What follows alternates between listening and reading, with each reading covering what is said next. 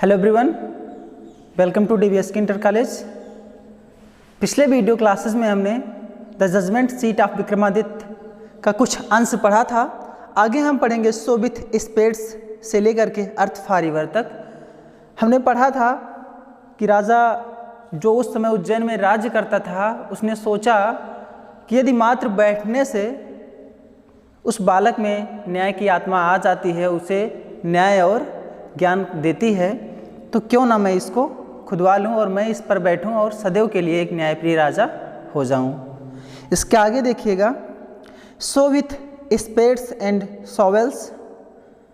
सो अंततः या अंत में, विथ स्पेड्स, विथ मतलब के साथ, स्पेड्स एंड सॉवेल्स कुदाल और फावड़ों के साथ, अर्थात अंततः कुदाल और फावड़ों से the glossy knoll where the boys played was overturned।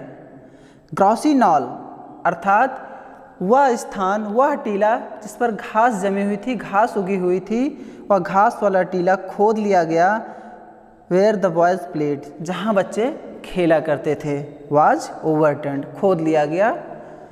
अंततः कुदाल और फावड़ों से घास का वह टीला खोद लिया गया जहाँ बच्चे खेला करते थे। आगे देखिएगा, the boy who had been the self made जज। लड़का जो खुद ही न्यायाधीश बन बैठा था, अर्थात लड़का जिसने अपने आप को न्यायाधीश घोषित किया था और बोला था कि तुम लोग मेरे सामने मुकदमे लाना, मामले लाना, मैं उनका निपटारा करूँगा, वह वाज शारोफुल, दुखी था। वह लड़का जो खुद जज बना था, दुखी था। He felt that something very dear to him was being taken away. He, वह फेल्ट, महसूस किया, दैट कि समथिंग, कुछ, वेरी डियर, ज़्यादा प्रिय, टू हिम, जो उसे थी, बीइंग टेकन अवे, दूर ले जाई जा रही है। अर्थात वह लड़का दुखी हुआ और उसने महसूस किया कि वह चीज़ जो उसे बहुत ज़्यादा प्यारी थी, दूर ले जाई जा रही है, उससे दूर ले जाई जा रही है। आगे देखिएगा, at last the labourers came on something. At last, अंत में, द लेबरर्स, परिश्रमिक अथवा मजदूर, केम ऑन समथिंग, अर्थात मजदूरों को कुछ प्राप्त हुआ। अंततः मजदूरों को कुछ प्राप्त हुआ। दे अनकवर्ड इट, उन्होंने इसको हटाया। And found a slab of black marble. They uncovered it, uncover मतलब होता है हटाना। किसको हटाएंगे? चूंकि वो खुदाई कर रहे थे टीले को, तो टीले पे क्या मिलेगी? मिट्टी। तो उन्होंने मिट्टी को हटाया और उन्हें क्या प्राप्त हुआ? एक काले संगमरमर का चौकोर टुकड़ा प्राप्त हुआ। सपोर्टेड ऑन द हैंड्स, जिसे कौन सपोर्ट कर रहा था, कौन थामे हुए था? हाथ, एंड विंग्स, और पंख, ऑफ 25 स्टोन एंजल्स, जिसे 25 पत्थर के देवदूत अपने हाथों और पंखों से थामे हुए थे, रोके हुए थे। अर्थात जब मजदूरों ने खुदाई की और उन्हें कुछ प्राप्त हुआ, उन्होंने मिट्टी हटाई, तो वो क्या पाए कि एक काले संगमरमर का चबूतरा आया। चौकोर, स्लैब का अर्थ होता है चौकोर, तो चौकोर, काले संगमरमर का चौकोर वो पाए, काला, लेकिन वो कैसा था? चौकोर था, जो 25 पत्थर के देवदूतों द्वारा उसे सपोर्ट किया गया था। 25 पत्थर के देवदूतों ने हाथों और पंखों से उसे थामा हुआ था, रोके हुए था। Surely it was the judgement seat of Vikramaditya. निश्चित तौर पर, निश्चित ही यह राजा विक्रमादित्य का न्याय सिंहासन था। निश्चित तौर पर यह राजा विक्रमादित्य का न्याय सिंहासन था। विथ ग्रेट रिजॉइसिंग, अर्थात विथ ग्रेट रिजॉइसिंग, अर्थात बहुत ही ज़्यादा उत्साह के साथ। रिजॉइसिंग का अर्थ होता है उत्साह, बहुत ही ज़्यादा उत्साह के साथ। It was brought to the city, यह शहर ले आया गया। बहुत ही ज़्यादा उत्साह के साथ यह शहर ले आया गया। And placed in the hall of justice, और न्याय के कक्ष में इसे स्थापित किया गया, रखा गया। प्लेस का अर्थ होता है स्थापित करना, रखना। तो बहुत ही ज़्यादा खुशी के साथ इसे शहर में ले आया गया और न्याय के कक्ष में रखा गया। The king ordered his people, राजा ने अपने लोगों को आदेश दिया, to observe 3 days prayer fasting, 3 दिन का उपवास और प्रार्थना करने को। राजा ने अपने लोगों को आदेश दिया कि आप लोग 3 दिन तक उपवास और प्रार्थना करें। एंड अनाउंस्ड और घोषणा की कि दैट कि ऑन द 4th डे कि चौथे दिन ही would ascend the throne publicly, वह सार्वजनिक रूप से असेंड मतलब होता है चढ़ना, सिंहासन पर चढ़ने से तात्पर्य है सिंहासन पर बैठने से। अर्थात राजा ने अपने लोगों से कहा कि आप 3 दिन तक भूखे रहिए और प्रार्थना करिए, चौथे दिन मैं सार्वजनिक रूप से सिंहासन पर बैठूंगा। आगे देखिएगा। एट लास्ट अंत में द ग्रेट मॉर्निंग केम, वह अच्छी सुबह, वह महान सुबह आई। अंत में वह महान सुबह आई अर्थात 3 दिन तक उपवास के बाद वह चौथी सुबह आई। एंड क्राउड्स असेंबल्ड और भीड़ इकट्ठा हो गई, भीड़ जमा हो गई to see the king take his seat, कि राजा अपने सिंहासन पर बैठेंगे। यह देखने के लिए चौथे दिन भीड़ इकट्ठा हो गई। Walking through the long haul, लंबे कक्ष से आते हुए केम द जजेस and priests of the kingdom, लंबे कक्ष से राज्य के पुजारी और जज आते हुए, फॉलोड बाय द किंग और उनके पीछे राजा। अर्थात एक लंबा कक्ष था जहाँ से पुजारी और राज्य के पुजारी और न्यायाधीश आ रहे थे और उनके पीछे पीछे राजा आ रहा था। Then as they reached the seat of judgement, और जब ये सब कहाँ पहुँचे, और देन तब या और as they reached the seat of judgement, जब वे पहुँचे न्याय सिंहासन के पास, दे पार्टेड इनटू 2 रोज, वे 2 भागों में विभक्त हो गए या 2 पंक्तियों में बट गए। अर्थात न्यायाधीश और पुजारियों का जो समूह आ रहा था सीट पर पहुंचने से पहले ही वह 2 भागों में बट गया, 2 भाग हो गए। आगे देखिएगा। The king walked up in the middle, और राजा बीचों बीच चलने लगा। अर्थात इधर 2 पंक्तियों में लोग बट गए हैं, पुजारी और न्यायाधीश लोग, राजा बीचों बीच चल रहा है, राजा बीचों बीच चल रहा है। बोर्ड हिज हेड, अपने सर को झुकाए, इन रेवरेंस, श्रद्धा से अपने सर को झुकाए। And went straight to marble slab, और सीधा श्रद्धा से अपने सर को झुकाए राजा सीधा कहाँ गया, मार्बल स्लैब, संगमरमर के चबूतरे के पास, संगमरमर के चबूतरे के पास राजा सीधा गया। सब लोग लंबे कक्ष से आ रहे थे जिनमें शामिल थे राज्य के न्यायाधीश और पुजारी, और उनके पीछे राजा आ रहा था। जब वो लोग सीट के पास पहुँचे, न्याय सिंहासन के पास पहुँचे, तो वे 2 भागों में विभक्त हो गए और उनके बीचों बीच राजा होता हुआ आया और उसने श्रद्धा से अपने सिर को झुकाए हुए सिंहासन के पास या संगमरमर के चबूतरे के पास पहुँचा। When the king was about to sit, जब राजा बैठने ही वाला था, आपको ट्रांसलेशन के दौरान बताया गया था वाला था, वाली थी, वाले थे जब आए वाक्य में, या वाला है, वाली है, वाले हैं आए, तो अबाउट का प्रयोग किया जाता है। जैसे बारिश होने वाली है, it is about to rain, वह घर पहुंचने वाला था, वह घर पहुंचने वाला था। इसका आप लोग ट्रांसलेशन करिएगा, यह आपके लिए प्रश्न है। चलिए, तो जैसे ही राजा बैठने वाला था, one of the angels began to speak, एक देवदूत ने बोलना शुरू कर दिया। अर्थात एक देवदूत बोल पड़ा, स्टॉप, रुकिए। उसने कहा रुकिए, इट सेड, उसने कहा, किसने कहा, एक पत्थर के देवदूत ने कहा कि रुकिए।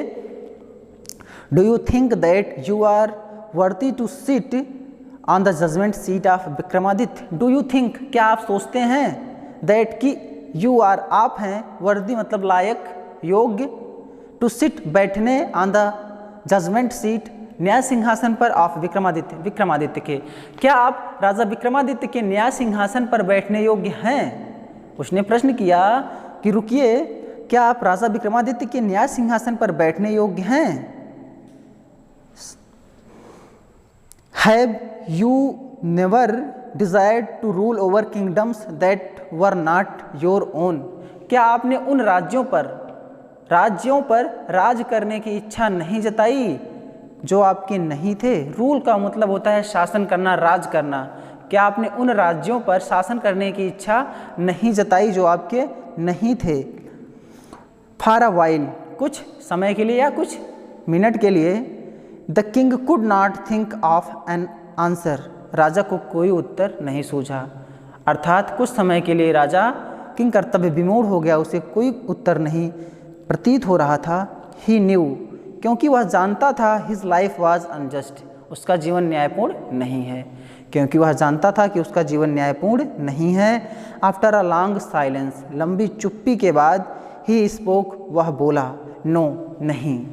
ही सेड, उसने कहा, आई एम नॉट वर्थी, मैं लायक नहीं हूँ। आई एम नॉट वर्थी, मैं लायक नहीं हूँ। Go then and fast and pray for 3 days, said the angel, अर्थात देवदूत ने कहा, तब जाइए एंड फास्ट एंड प्रे, और व्रत रखिए तथा प्रार्थना कीजिए फॉर 3 days तक, अर्थात आप जाइए 3 दिनों तक उपवास और प्रार्थना कीजिए। So that you may purify yourself, जिससे आप अपने आप को शुद्ध कर सकें। And we worthy to sit on the throne, और इस सिंहासन पर बैठने योग्य बन सकें या हो सकें। विथ दीज वर्ड्स, इन शब्दों के साथ, इट स्प्रेड इट्स विंग, उसने अपने पंख फैलाए, एंड फ्ल्यू अवे, और उड़ गया। इन शब्दों के साथ उसने अपने पंख फैलाए और वह उड़ गया। उसने कहा कि आप जाइए और 3 दिनों तक उपवास करिए तथा प्रार्थना करिए, जिससे अपने आप को आप शुद्ध कर पाएं। द किंग प्रिपेयर्ड हिमसेल्फ, राजा ने अपने आप को तैयार किया, अर्थात राजा 3 दिन तक भूखा और प्यासा रहा और उसने प्रार्थना भी की। With prayer and with fasting to come again and sit on the judgement seat of Vikramaditya, राजा ने अपने आप को तैयार किया प्रार्थना और उपवास करके, और फिर आया, कम अगेन, दोबारा आया, and sit on the judgement seat of Vikramaditya, राजा विक्रमादित्य के न्याय सिंहासन पर बैठने के लिए। राजा ने अपने आप को, जैसा देवदूत ने बताया था कि 3 दिन तक उपवास और प्रार्थना करने के बाद अपने आप को तैयार किया और फिर से सिंहासन पर, राजा विक्रमादित्य के सिंहासन पर बैठने के लिए आया। But this time again the same thing happened, पर इस बार भी वही घटना घटित हुई। सेम थिंग, जो घटना पहले घट चुकी थी वही घटना घटित हुई, वही बात हुई। पहले क्या हुआ था, एक देवदूत बोल पड़ा था, रोक दिया था कि रुकिए, आप रुकिए, आप रुकिए, क्या आप इस योग्य हैं, उसने प्रश्न किया था। तो वही घटना दोबारा घटित हुई।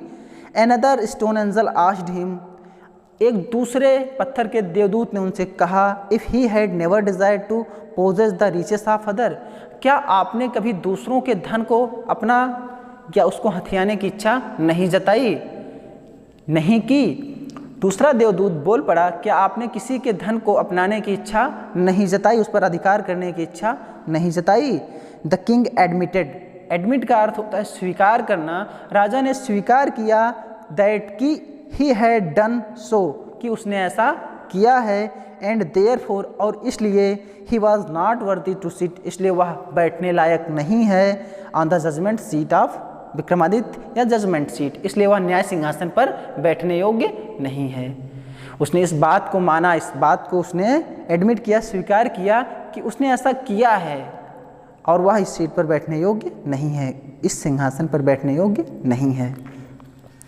इन दिस वे, इस प्रकार से, whenever the king try to occupy the throne, इस प्रकार से ऑक्युपाई का अर्थ होता है अधिकार करना, हथिया लेना, कब्जा करना, लेकिन यहाँ ऑक्युपाई का मतलब हम करें लगाएंगे, अर्थ लगाएंगे बैठने से।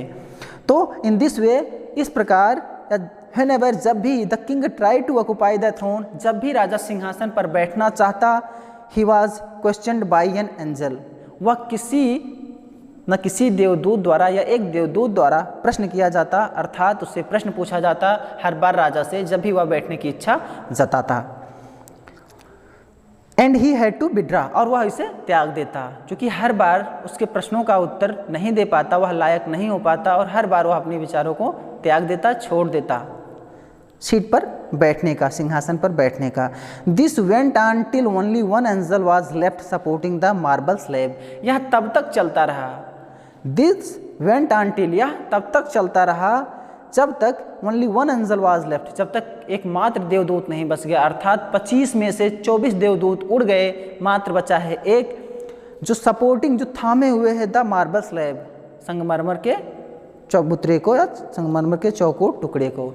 अर्थात यह प्रश्न और उत्तर का सिलसिला तब तक चलता रहा जब तक एकमात्र देवदूत नहीं बच गया जो पत्थर के चबूतरे को थामे हुए था। आगे देखिएगा, the king went near the throne with great confidence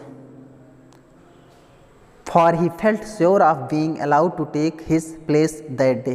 the king went near the throne, राजा सिंहासन के नज़दीक गया विथ ग्रेट कॉन्फिडेंस, चूँकि 24 पत्थर के देवदूत उड़ चुके हैं और सबने राजा को 3-3 दिन तक उपवास और प्रार्थना करने की सलाह दी है। इस प्रकार राजा 72 दिनों तक उपवास और प्रार्थना करके अपने आप को शुद्ध किया है और उसे अब की बार बहुत ही ज़्यादा आत्मविश्वास है कि अब की बार उसे अवश्य ही बैठने दिया जाएगा।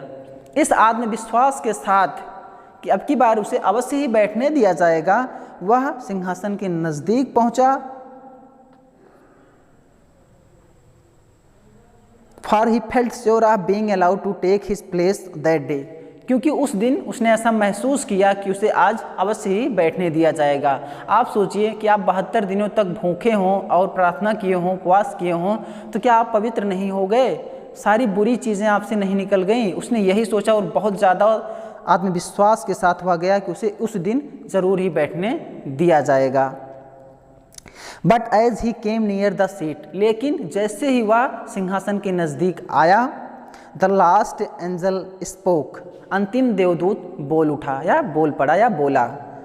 Are you then perfectly pure in heart o king? Are you then perfectly pure in heart o king? अरे राजा, क्या तुम अब पूरी तरह से पवित्र हो, अर्थात क्या तुम्हारा हृदय अब पूरी तरह से शुद्ध है? Is your heart as pure as that of little child? क्या आपका हृदय उतना ही शुद्ध है जितना उस छोटे बच्चे का था? क्या आपका हृदय उतना ही शुद्ध है जितना उस छोटे बच्चे का था? इफ सो, यदि ऐसा है, you are indeed worthy to sit on his seat. यदि ऐसा है तो तुम वास्तव में, इंडीड वास्तव में, सचमुच, worthy to sit on his seat, उनकी सिंहासन पर या उनके सिंहासन पर बैठने योग्य हो। यदि तुम्हारा हृदय उस बच्चे की तरह ही शुद्ध है तो तुम उस सिंहासन पर वास्तव में बैठने योग्य हो। No, said the king very slowly. नहीं, राजा ने बहुत धीरे से कहा। No, I am not worthy. नहीं, मैं लायक नहीं हूँ। एंड एट दीज वर्ड्स, और इन शब्दों के साथ, the angel flew up into the sky bearing the slab upon his head। इन शब्दों को सुनते ही, जैसे ही राजा ने कहा कि नहीं मैं योग्य नहीं हूं, इन शब्दों को सुनते ही पत्थर का देवदूत अपने सर पर संगमरमर का चबूतरा लिए हुए आकाश में उड़ गया। जैसे ही राजा ने कहा कि नहीं मैं बैठने योग्य नहीं हूँ, इस सिंहासन के योग्य नहीं हूँ, उसी क्षण इधर राजा की बात खत्म होती है, उधर उसी क्षण अंतिम देवदूत पत्थर के उस संगमरमर के चबूतरे को अपने सर पे रख करके आकाश में उड़ गया। This was how the judgement seat of Vikramaditya disappeared from the earth for ever. Earth for ever. This was how the judgement seat of Vikramaditya. इस प्रकार राजा विक्रमादित्य का न्याय सिंहासन हमेशा के लिए, फॉरएवर मतलब हमेशा के लिए, पृथ्वी से डिसअपियर्ड हो गया, गायब हो गया, अदृश्य हो गया। इस प्रकार हमेशा के लिए राजा विक्रमादित्य का न्याय सिंहासन पृथ्वी से अदृश्य हो गया, गायब हो गया। ये पाठ हमारा यहाँ पे समाप्त होता है। हम लोगों ने इसका हिंदी अर्थ देखा। अब इसमें शॉर्ट आंसर टाइप क्वेश्चन है, मोस्ट सुटेबल अल्टरनेटिव हैं और ट्रू फॉल्स है। तो हम लोग कल पहले मोस्ट सुटेबल अल्टरनेटिव और ट्रू फॉल्स करेंगे। इसके बाद आप प्रश्नोत्तर करिएगा, कोशिश करिएगा कि आप प्रश्नोत्तर करें। यदि कुछ आपके समझ में नहीं आता है तो आप पूछिएगा। और इन्हीं शब्दों के साथ मैं अपनी वाणी को विराम देता हूँ। आप DBSK इंटर कॉलेज का ऑफिशियल यूट्यूब चैनल सब्सक्राइब कीजिएगा, इसे शेयर कीजिएगा, वीडियो को लाइक कीजिएगा। कोई भी प्रश्न आपके मन में हो तो आप अपने विद्यालय के व्हाट्सएप ग्रुप या फिर यहाँ कमेंट करके पूछ सकते हैं। Thank you very much.